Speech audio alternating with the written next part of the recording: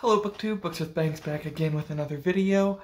Today I'm going to do a bit of a shorter one, and this is all to do with my TBR and what I plan on reading in 2023. And now I'm sure, as any of you know who've made any kind of ambitious reading goals or reading plans, like on a yearly kind of basis, that those plans can often go astray. So what I'm going to do today is sort of as a follow-up to a 2023 TBR video I posted at the end of last year. I'll link that in the description down below.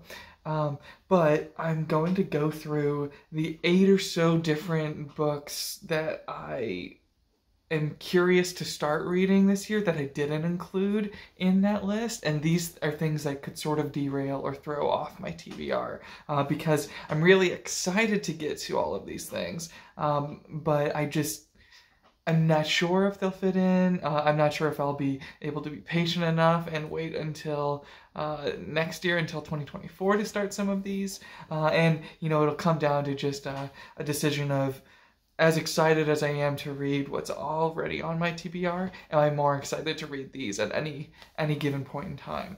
So here we go. First off, Brandon Sanderson's The Alloy of Law, the first book in his second era Mistborn series, and this would be just to continue my Cosmere reading. Now, I've enjoyed all the Cosmere stuff I've read so far, which is basically just Elantris, Mistborn Era 1, Warbreaker, and a couple of the short stories in Arcanum Unbound. That's pretty much it.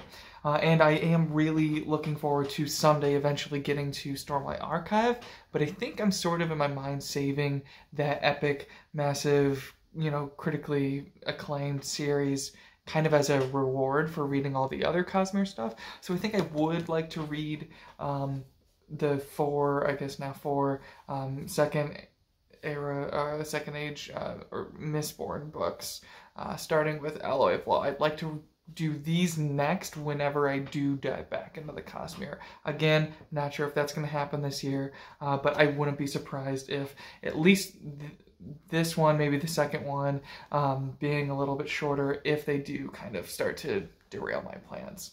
I wouldn't be surprised by that at all. So there you go, that's number 1. Next up, Rick Riordan's Percy Jackson and the Olympians series. This is book 1, Lightning Thief, and I know my fiance really wants to. I think she read like the first 3 of these, and she really wants to reread them. And I told her I'd be happy to read along with these with her as well. This is one I'm pretty sure I know is going to happen this year. I just don't know exactly when we're going to do this. I could start this tomorrow. I might not start it until August or something like that. So this one will most likely throw off my plans in some way, shape, or form. Not sure how. I am really excited to read these, though. I expect they'll be pretty breezy, easier reads, but yeah, really excited to get into Percy Jackson and the Olympian series. Next up, kind of on that same vein of something that my fiance's recommended, this is a book she read, I want to say a year or so ago, and she really liked it, and just like the premise that she described it to me, it sounded really interesting. I really like kind of late 60s, early 70s kind of early rock and roll, kind of soft rock, like that kind of era of musicians. Kind of a bit of like a hippie-ish kind of era of musicians. And this is a book that she read, and I guess there's going to be an adaptation of it coming out. And so everyone else in our book club who hasn't read this, we've been talking about giving it a go. And this is Daisy Jones and the Six by Taylor Jenkins Reid. And from what I understand, this is a pretty popular book, and from everything I've heard, I know I'll enjoy it. So when I read this, whatever it displaces in my reading order or my rough schedule that I'm going with, it'll kind of depend on when the other people in that book club want to dive into this. And I think when the adaptation comes out, I think it comes out maybe this spring, I want to say. I'm not 100% sure though, but yeah, excited to get into that.